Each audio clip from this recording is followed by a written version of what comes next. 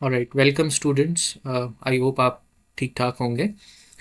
सो ये video focus lecture है regarding answers drafting techniques के हवाले से।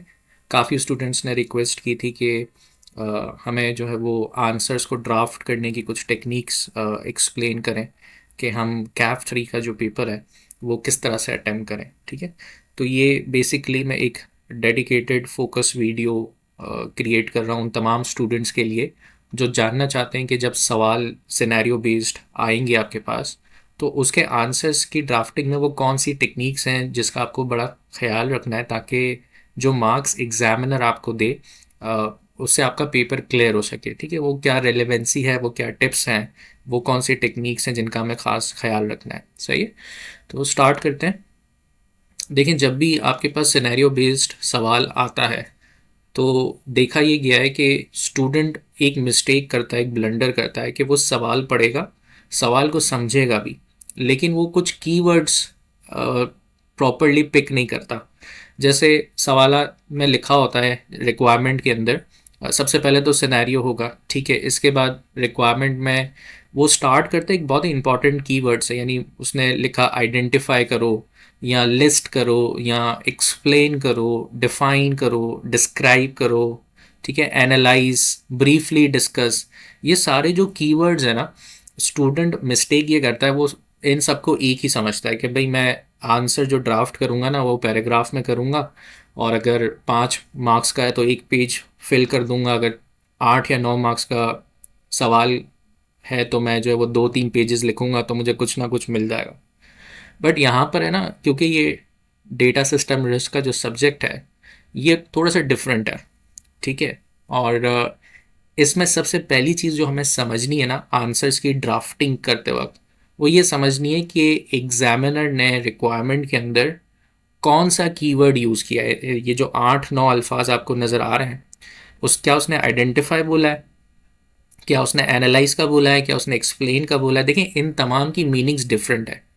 जब ये कीवर्ड हम रिक्वायरमेंट से पिक करेंगे ना तो हमें उस हिसाब से आंसर ड्राफ्ट करना है। ऐसा नहीं है कि अगर वो एक्सप्लेन कह रहा है तो मैं 2-3 पैराग्राफ्स में एक पेज फिल कर दूंगा और मैं ये अज्यूम करूं कि भाई मुझे अच्छे मार्क्स मिल जाएंगे। या वो डिफाइन बोल रहा है तब भी मैं वही चीज़ कर रहा हूँ, जब वो डिस्क्राइब कह रहा है तब भी मैं वही चीज़ कर रहा हूँ, तो ये आप अपनी ड्राफ्टिंग आंसर्स के अंदर ब्लंडर कर देंगे।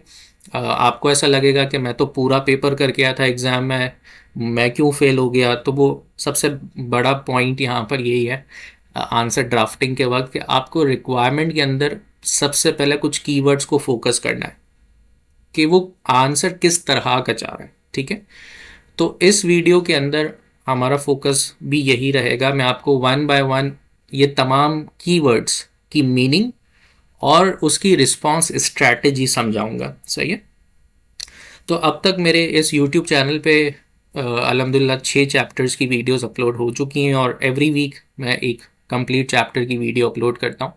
सो आफ्टर 6 चैप्टर्स ये आंसर ड्राफ्टिंग टेक्निक्स के हवाले से मैं बात कर रहा हूँ आपसे। और एक हमारे पास चैप्टर है, चैप्टर 6, डेटा नॉर्मलाइजेशन का एंड डेटा वेयर हाउसिंग का। सही है, उससे रिलेटेड मैंने एक एग्जाम्पल यहाँ पे ड्राफ्ट किया। देखो, जो रिक्वायरमेंट है, अब हम इसको बड़े गौर से सुनना, इसको चीज़ को और अंडरस्टैंड करना कि सवाल की रिक्वायरमेंट में एग्जामिनर ने कहा डिफाइन। अब डिफाइन का मतलब क्या है, सबसे पहले ये समझे। डिफाइन का मतलब है give the exact meaning of a term और कॉन्सेप्ट। अगर उसने सिनेरियो में किसी कुछ टर्मनोलॉजीज की बात की या किसी कॉन्सेप्ट के ऊपर वो बात करे तो उसकी एग्जैक्ट मीनिंग देनी है। किस तरह से आंसर करना है, how to answer, keep it short, clear and factual. सही है, जैसे एग्जाम्पल के तौर पे वो कहता है डिफाइन करो नॉर्मलाइजेशन को। अब मैं आंसर कैसे ड्राफ्ट कर रहा हूँ, क्योंकि वो डिफाइन कह रहा है। डिफाइन का मतलब कि मुझे उस कॉन्सेप्ट को या टर्म की मीनिंग देनी है। सो मैं लिखता हूँ normalisation is the process of organising data in a database to reduce redundancy and improve data integrity. ठीक है, अभी हम इस पे बात नहीं कर रहे कि ये जो सवाल है ये कितने मार्क्स का है, 2 मार्क्स का, 3 मार्क्स का, 8 मार्क्स का। अभी हम उस पर बात, मार्क्स के ऊपर बात नहीं कर रहे। देखें, इस चीज़ को पहले अंडरस्टैंड करें कि जो टेक्निकल वर्ड्स हैं रिक्वायरमेंट के अंदर, हम उसको पिक कर रहे हैं और हम ये देख रहे हैं कि मैं ड्राफ्ट कैसे करूं, किस अल्फाज के बेसिस पे ड्राफ्टिंग किस हिसाब से होगी। ठीक है, तो अभी मैं मुझसे कहा गया कि डिफाइन करो नॉर्मलाइजेशन को, तो मैं क्या कर रहा हूँ, एक डेफिनेशन लिख रहा हूँ। नॉर्मलाइजेशन एक प्रोसेस है, किस चीज़ के हवाले से, डेटा को ऑर्गेनाइज करने के हवाले से, जिससे दो काम होते हैं, उसकी रिडंडेंसी को रिड्यूस करना और उसकी डेटा की इंटीग्रिटी को इम्प्रूव करना। तो क्या ये वाजे हो गया? Keep it short, clear and factual. सही है। अब एक और keyword, let suppose examiner define requirement में यूज नहीं करता, वो कहता है डिस्क्राइब। ठीक है, तो डिस्क्राइब का मतलब क्या है? Give details. ठीक है, अब हमें यहाँ डिस्क्राइब में डिटेल्स देंगे। देखो डिफाइन में नहीं था ऐसा, डिस्क्राइब का वर्ड यूज जैसे ही किया, अब हमें फौरन से पिक हो जाना चाहिए कि सर गिव डिटेल्स और characteristics about something. Use full sentences, how to answer, यानी अब मैं ड्राफ्टिंग कैसे करूंगा, इसका जवाब कैसे लिखूंगा। Use full sentences, mention key features. जैसे अब सवाल आया, सवाल क्या बना? Describe the process. अब वो कह रहा है ना, देखो describe the process of data normalisation. अब मेरा आंसर मुख्तलिफ हो जाएगा। अब स्टूडेंट क्या करता है, वो है ना इन कीवर्ड्स पे ध्यान नहीं देता, और उसके दिमाग में अगर एक नॉर्मल डेफिनेशन होती है तो चाहे एग्जामिनर कह रहा हो डिफाइन, डिस्क्राइब, एक्सप्लेन, लिस्ट, वो एक ही जवाब लिख के आ रहा है। तो इसी वजह से तो उसको वो नंबर नहीं मिलेंगे ना, क्योंकि एग्जामिनर का पॉइंट ऑफ व्यू ये है कि उसको एक डिफरेंट पर्सपेक्टिव का आंसर चाहिए। वो जो पूछ रहा है स्टूडेंट, वो आंसर नहीं कर पा रहा क्योंकि उसको ये कीवर्ड्स ड्राफ्टिंग के नहीं मालूम। ठीक है, तो आई होप आपको समझ में आ रहा होगा।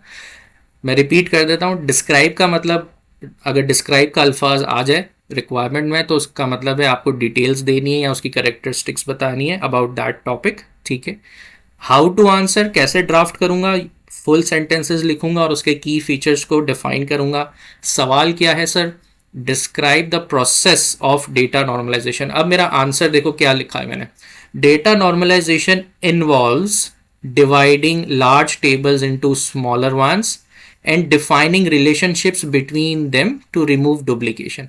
अब आप देख रहे हो, पहला जो मेरा आंसर था और ये जो अभी करंटली आंसर है, ये एक अल्फाज के बदलने से मुख्तलिफ हो गया।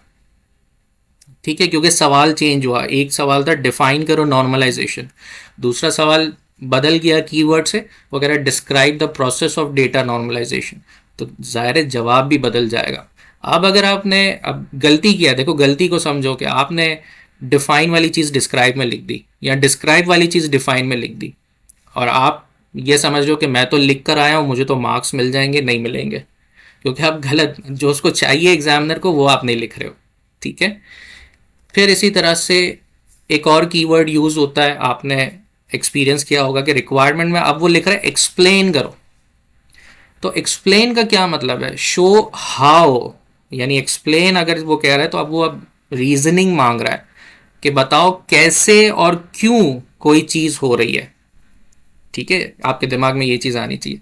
कैसे आंसर ड्राफ्ट होगा? इंक्लूड कॉज एंड इफेक्ट और रीजनिंग। कॉज एंड इफेक्ट बताओ, यहाँ पे रीजनिंग ऐड करो। अब सवाल क्या हुआ? एक्सप्लेन, देखो कीवर्ड चेंज हो गया ना। Explain why normalisation is important in databases. मेरा इसी हिसाब से देखो आंसर भी अब मुख्तलिफ हो रहा है। Normalisation is important because it eliminates redundancy, save storage and maintains data consistency. तो अब थोड़ा सा सवाल जो है ना मॉडिफाई हो रहा है, क्योंकि इसमें हाउ और वाई एड्रेस हो रहा है। ठीक है, फिर एक और कीवर्ड है लिस्ट, कि list down these points, list down these topics. तो लिस्ट का मतलब क्या है? Give a number of points, no need to explain each in detail. ठीक है, यूज बुलेट पॉइंट्स और शॉर्ट फ्रेजेस अगर लिस्ट की बात की है। तो सवाल जैसे बना, list any 4 types of database anomalies. तो मुझे सिर्फ लिस्ट करना है, मुझे अब इसको एक्सप्लेन नहीं करना। वो कह रहे हैं बस लिस्ट करके मुझे दे दो बुलेट पॉइंट्स के अंदर। ठीक है, तो आपने 4 पॉइंट्स लिख दिए, update anomaly, insertion anomaly, deletion anomaly और रिडंडेंसी एनॉमली। तो ये हमने चैप्टर 6 में पढ़ा है, लेकिन मैं आपको एक ही चैप्टर के सवालात को डिफरेंट कीवर्ड्स के अंदाज में समझा रहा हूँ कि देखो कैसे आंसर ड्राफ्ट करना है। ठीक है, अच्छा अब ये 4 कीवर्ड्स नहीं है, 4 के अलावा और भी हैं, तो मजीद समझते हैं। जैसे लेट सपोज अब आया आइडेंटिफाई। आइडेंटिफाई का क्या मतलब है? अगर रिक्वायरमेंट में आइडेंटिफाई का अल्फाज यूज हुआ तो उसका मतलब है कि हमें कोई नेम या की टर्म्स को रिकग्नाइज करवाना है। कैसे आंसर ड्राफ्ट करना है? शॉर्ट और डायरेक्ट आंसर्स देना है। फॉर एग्जाम्पल वो कहता है identify 2 characteristics of OLTP systems, तो मैंने 2 कैरेक्टरिस्टिक्स लिख दी। अगर वो कहता है कि आइडेंटिफाई एंड एक्सप्लेन, तो फिर उस कैरेक्टरिस्टिक्स को एक्सप्लेन भी करना होगा एज अ पैराग्राफ। तो आई होप अब आपको बात समझ में आ रही होगी कि ड्राफ्टिंग कैसे होगी। इस वक्त वो कह रहा है आइडेंटिफाई करो 2 कैरेक्टरिस्टिक्स को OLTP की, ठीक है। तो हमने इसका शॉर्ट और डायरेक्ट आंसर दिया कि सर वो रियल टाइम ट्रांजेक्शन प्रोसेसिंग है और वो सपोर्ट करता है लार्ज नंबर ऑफ यूजर्स को, ठीक है। मैं अगेन कह रहा हूँ कि अभी हम मार्क्स के पर्सपेक्टिव से बात नहीं कर रहे कि 3 नंबर का होगा, 4 नंबर का होगा तो उसकी लेंथ क्या होगी। अभी हम ये समझ रहे हैं कि वो कौन से कमांड वर्ड्स हैं जो रिक्वायरमेंट में होते हैं और हमें उस हिसाब से ड्राफ्टिंग कैसे करनी है, ठीक है। सर फिर एक और लफ्ज़ अमूमन यूज़ होता है, क्लासिफाई। क्लासिफाई का क्या मतलब? Group things into categories based on shared features. कैसे जवाब लिखेंगे इसका? Mention the basis of classification, ठीक है। जैसे सवाल आया क्लासिफाइड डेटाबेस मॉडल्स, तो आंसर देखो अब क्या होगा। Database models can be classified as hierarchical, network, relational and object oriented. आपकी स्टडी टेक्स्ट में मेरे ख्याल से ये चैप्टर नंबर 5 है, जहाँ पर DBMS का जो चैप्टर है, डेटाबेस मैनेजमेंट सिस्टम, ठीक है। तो वो कह रहा है क्लासिफाई करो, सही है। तो यहाँ पर बेसिस ऑफ क्लासिफिकेशन हमने कहा कि हमारे पास ये 4 क्लासिफाइड मॉडल्स हैं, ठीक है। अभी पूरा रिक्वायरमेंट अभी हमने नहीं देखा, वो मैं इसी वीडियो में 2 आपको सिनेरियो बेस्ड क्वेश्चंस बताऊंगा, तो मैं उसकी ड्राफ्टिंग भी आपको दिखाऊंगा। अभी हमारा फोकस क्या है सर? वो कीवर्ड को समझना है, कीवर्ड की मीनिंग क्या है, हाउ टू आंसर, और फिर उसकी मैं छोटी छोटी एग्जाम्पल्स बता रहा हूँ, ठीक है। सर फिर एक और वर्ड है एनालाइज का। अगर रिक्वायरमेंट में एनालाइज लिखा हुआ है तो इसका मतलब क्या है? ब्रेक डाउन करो into parts and show relationships और reasons. Use keywords like because, therefore और दिस लीड्स टू। तो जैसे एक सवाल है, analyze the impact of poor database design, ठीक है। तो अब मुझे बताना है, ठीक है, मुझे रिलेशनशिप या रीजन बताना है इसके अंदर। So poor database design can lead to redundancy, data inconsistency and slow performance because the data retrieval becomes inefficient. तो देखो किस तरह से मैं लिख रहा हूँ। मेरे जो आंसर्स हैं उसके अंदर एक जर्नलाइज इंग्लिश नहीं लिखी हुई है, उसके अंदर जो कीवर्ड्स यूज़ हुए हैं, जो वर्ड्स यूज़ हुए हैं, वो चैप्टर से रिलेटेड वर्ड्स यूज़ हुए हैं। काफ़ी मरतबा लोग एक और मिस्टेक करते हैं, एक जर्नलाइज इंग्लिश लिख देते हैं जिसका कोई सेंस नहीं बनता। आपको बड़ा फोकस रहते हुए इन सवाल्स की जवाबात की ड्राफ्टिंग करनी है, और ये उस वक्त होगा जब आप एक्सटेंसिव प्रैक्टिस करेंगे। फिर एक और कीवर्ड है विच एंड वाई, ठीक है। सो इसका क्या मतलब है? Choose the best option and justify करना है। अब क्योंकि विच एंड वाई कह रहा है तो उसको फिर जस्टिफाई करना है। आंसर कैसे ड्राफ्ट होगा विच एंड वाई में? Always give a reason of your choice. अगर आप कहते हो यस तो फिर आपको उसका रीजन देना उसके अंदर, उस पॉइंट का। अगर आप कहते हो नो तो आपको उसका रीजन जस्टिफाई करना है विद प्रॉपर एग्जाम्पल्स। तो लेट सपोज एक सवाल आता है which normalization form removes partial dependency and why, ठीक है। अब मुझे ये मालूम है कि चैप्टर 6 में हमने पढ़ा था कि पार्शियल डिपेंडेंसी 2NF रिमूव करता है, जो कि लिखा हुआ है। फिर मैं देखो ये यूज कर रहा हूं कीवर्ड बिकॉज, ठीक है। It ensures every non key attribute is fully dependent on the primary की।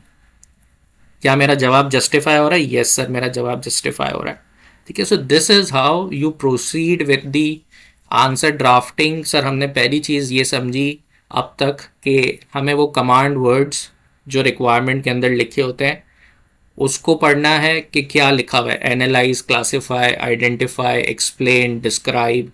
और अब मैंने आपके लिए बड़ा आसान कर दिया कि अगर जो कमांड वर्ड आपको नज़र आ रहा है, ठीक है सर, सवाल की रिक्वायरमेंट में, उसका मतलब क्या है, आंसर कैसे ड्राफ्ट होगा, यानी हाउ टू आंसर, और एग्जाम्पल बता दिए, ठीक है सर।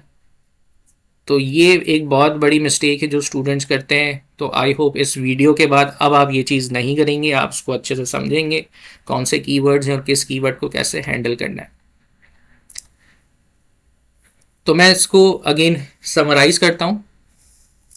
डिफाइन पहला कीवर्ड, ठीक है सर। डिफाइन का मतलब क्या है?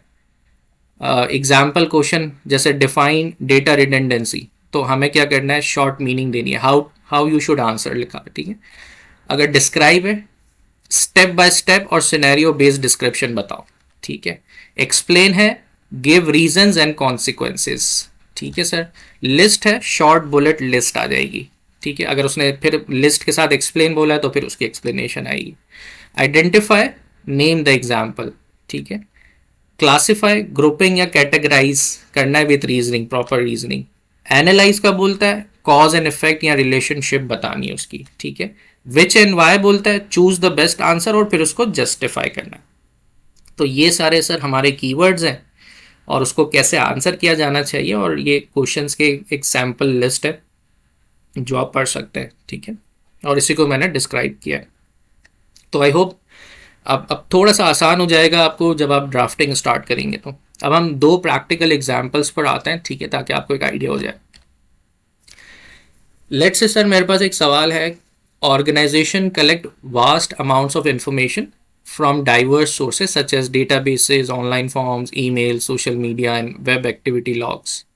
This information can be categorized into structured, semi-structured, unstructured data, each with distinct characteristics and storage formats. एक सिनेरियो मुझे बताया गया कि भाई ऑर्गेनाइजेशंस जो होती है ना, वो इंफॉर्मेशन कलेक्ट करती हैं मल्टीपल सोर्सेज से, databases, on premises, online, email, social media, weblog, और उसको कैटेगराइज करती हैं स्ट्रक्चर, सेमी स्ट्रक्चर, अनस्ट्रक्चर्ड में, और सबकी अपनी एक स्टोरेज फॉर्मेट्स और डिस्टिंक्ट कैरेक्टरिस्टिक्स होती है। अब ये मुझे सिनेरियो समझ में आ गया, सवाल था चैप्टर 1 से सवाल है, सिनेरियो समझ में आ गया, ठीक है। रिक्वायरमेंट क्या है, एग्जामिनर कह रहा है देखो कीवर्ड को समझो, वो कह रहा है एक्सप्लेन, है ना।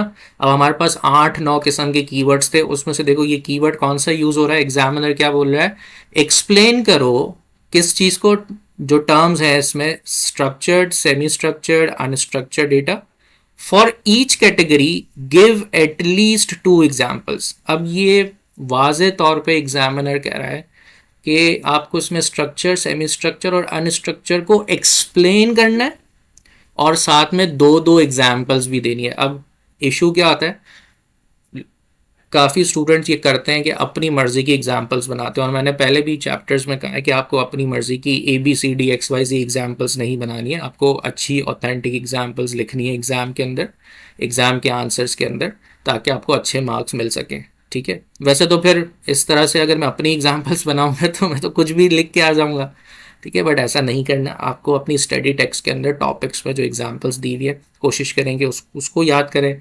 मेरे चैप्टर वाइज जो वीडियोस मौजूद हैं उसमें मैंने रियल टाइम प्रैक्टिकल एग्जांपल्स, बड़ी इजी एग्जांपल्स दी हुई हैं, आप उसको याद करना शुरू करें ताकि आप एग्जाम में कुछ अच्छी ऑथेंटिक एग्जांपल लिखें जिसके सवाल जस्टिफाई और आपको मार्क्स अच्छे मिलें, सही है। अब यहाँ पर देखें, एग्जामिनर ने कहा कि जी मुझे 2-2 एग्जाम्पल्स भी चाहिए, ठीक है। तो अब इसकी ड्राफ्टिंग देखते हैं, सवाल आपके सामने है, ये आ गया जवाब। तो उसने कहा था ना किस चीज़ को हमें एक्सप्लेन करना है, sir structure data, semi structure data, unstructured data. अब इसकी एक्सप्लेनेशन आ रही है, ठीक है। तो अब मैंने एक सेंटेंस लिखा कि data stored in fix field, rows and columns in a relational database is easy to search and process. देखो ये जनरलाइज इंग्लिश में यूज़ नहीं कर रहा हूँ मैं, सारे वही कीवर्ड यूज़ कर रहा हूँ जो मैंने चैप्टर में पढ़े थे। आपको अपनी मर्जी की नॉर्मल इंग्लिश नहीं लिखनी, आपको उसकी ऑथेंटिक वर्ड्स लिखने हैं उसमें, तभी तो आपको एक अच्छे मार्क्स मिल सकेंगे ना। और देखो एग्जाम्पल्स भी कितनी डायरेक्ट दी हुई हैं, कंसाइज एग्जाम्पल्स दी हुई हैं, ठीक है। एक्सेल स्प्रेडशीट ऑफ सेल्स, हाँ ठीक है, ये स्ट्रक्चर डेटा होता है उसमें। कस्टमर डेटाबेस जिसमें कॉलम्स बने हुए हो, ठीक है, एक्सेप्टेबल एग्जाम्पल है। फिर सेमी स्ट्रक्चर डेटा, उसके बारे में जुमला लिखा हुआ है और उसकी 2 एग्जाम्पल्स हैं। फिर अनस्ट्रक्चर डेटा, उसके बारे में सेंटेंस लिखा हुआ है, उसकी 2 एग्जाम्पल्स हैं। अब यहाँ पर मेरा थॉट प्रोसेस स्टार्ट हुआ कि सर मुझे अब ये समझ में आ रहा है कि सवाल आएगा, मैं सिनेरियो को समझूंगा और कीवर्ड्स के मुताबिक अपने आंसर्स को ड्राफ्ट करना शुरू करूंगा। एक सवाल फिर मेरे दिमाग में आएगा कि सर ये सवाल अगर 3 मार्क्स का है तो मुझे कितना क्वांटिटी में लिखना है, अगर ये 8 मार्क्स का है तो मुझे कितना क्वांटिटी में लिखना है। तो मैं अभी आपको बताता हूँ। देखो एग्जामिनर ने ये तो कहा ना कि 2-2 एग्जाम्पल, अब एग्जाम्पल आपने लिख दी शॉर्ट एंड कंसाइज, जो समझ में भी आ रही है। हो सकता है कुछ सवालात में आपको एग्जाम्पल भी एक्सप्लेन करने की ज़रूरत हो, जो मैंने अभी प्रीवियसली बताया वो कीवर्ड के ऊपर डिपेंड करता है, ठीक है। तो अगर ये 3 to 5 मार्क्स का पूछता है तो ये लेंथ काफ़ी है 3 to 5 मार्क्स के लिए। लेकिन अगर वो कहता है नहीं ये 9 मार्क्स का है, तो जो एक्सप्लेनेशन है ना वो यहाँ इंक्रीज हो जाएगी। यानी अभी तो मैंने सैंपल के तौर पे एक एक सेंटेंस लिखा है, आप कम से कम 3 से 4 सेंटेंस लिखेंगे ताकि एक उसका वेटेज बने। और अपनी ज़बरदस्ती के सेंटेंस नहीं ऐड करने, आपको चैप्टर से रिलेटेड ही कंसाइजली सेंटेंसेस की लेंथ को थोड़ा सा बढ़ा देना है ताकि 9 मार्क्स की जस्टिफिकेशन हो सके। लेकिन 9 मार्क्स का मतलब ये नहीं है कि 2 एग्जाम्पल पूछी थी आप 3 3 4 4 एग्जाम्पल्स लिख रहे हो, यानी आप रिडंडेंसी क्रिएट कर रहे हो, अननेसेसरी आंसर दे रहे हो। अब उससे ना 2 चीज़ें होंगी, देखो एक्स्ट्रा मार्क्स तो मिलेंगे नहीं, जब 2 एग्जाम्पल का बोला है तो 2 अच्छी ऑथेंटिक एग्जाम्पल दे दो। दूसरा ये कि आप ज़बरदस्ती लेंथ बढ़ाओगे क्वांटिटी में तो आपका टाइम भी ख़राब होगा और दूसरे सवालात की जो टाइम मैनेजमेंट है वो भी ख़राब हो जाएगी। तो आपको प्रॉपर प्लानिंग करनी है। एक वीडियो मैंने ऑलरेडी बना के रखी है अपने ही इसी चैनल पे, वो मैं आपको दिखाऊंगा अभी एंड में, जो ½ एन आवर की वीडियो है जिसका टॉपिक है how to pass CAF3 DSR exam, smart tips and tricks, ठीक है, स्मार्ट टेक्निक्स। उसके अंदर भी मैंने एड्रेस किया काफ़ी चीज़ों को, उसको भी ज़रूर देखिएगा। तो अभी अगर ये 9 मार्क्स का है तो मुझे एग्जाम्पल्स अननेसेसरी 3 3 4 4 डालने की ज़रूरत नहीं है। मुझे एक्सप्लेनेशन को थोड़ा सा एक्सटेंड करना है अप टू 3 3 4 4 सेंटेंसेस ताकि जस्टिफाई हो सके 9 मार्क्स। लेकिन ऐसा नहीं है कि मैं 4 से 5 पेजेस फिल करके आ जाऊंगा और मैं कहूँ कि मैंने तो बहुत सारा लिख दिया और कुछ ना कुछ मिल जाएगा। तो वो अननेसेसरी रिडंडेंस आंसर्स आप क्रिएट करेंगे तो वो एक अच्छा इम्पैक्ट क्रिएट नहीं करेगा, ठीक है। तो आई होप आपको पहली प्रैक्टिकल एग्जाम्पल समझ में आ गई होगी।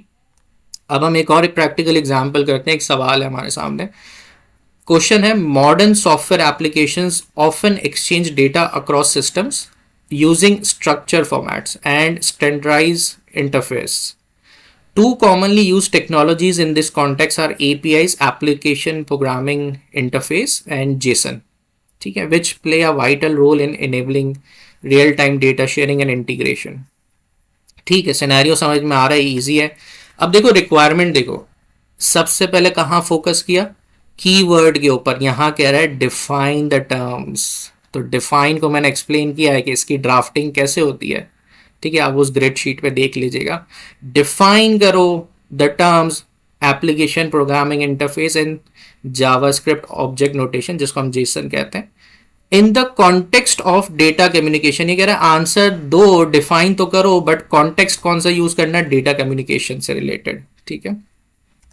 अब इसकी ड्राफ्टिंग आप देखें, सर 2 टर्म्स पे बात हो रही है, एपीआई और जेसन, ठीक है, दोनों का फुल फॉर्म लिख दिया। अच्छा, कभी कभार ये होता है कि एग्जामिनर डायरेक्टली एपीआई और जेसन यूज करता है, फुल फॉर्म यूज नहीं करता, बट अगर किसी एक्रोनिम को यूज किया गया ना तो आप उसका फुल फॉर्म लिखें, क्योंकि उसके मार्क्स भी होते हैं, ताकि एग्जामिनर को ये पता चले कि एपीआई का फुल फॉर्म भी आपको मालूम है अच्छे तरीके से, ठीक है। तो क्योंकि काफ़ी लोग क्या करते हैं, फिर वही एक्रोनिम्स और शॉर्ट एब्रीविएशंस लिख रहे होते हैं पूरे पूरे आंसर्स में, तो वो उनको ऐसा लगता है कि शायद एग्जामिनर को पता नहीं चलेगा। बट एक अच्छा इंप्रेशन ये है कि अगर उसने कोई एब्रीविएशन या एक्रोनिम यूज़ किया तो आप उसका फुल फॉर्म लिखें, ठीक है, ताकि मज़ीद आपका ड्राफ्टिंग स्ट्रॉन्ग हो सके।